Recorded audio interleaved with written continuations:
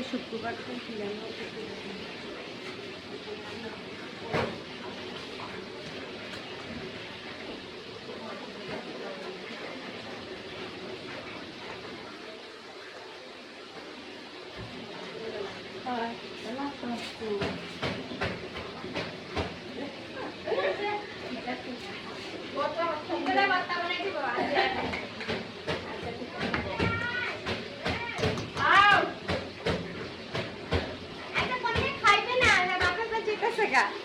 আমরা খাবো, এক লাখ আমি খাবো।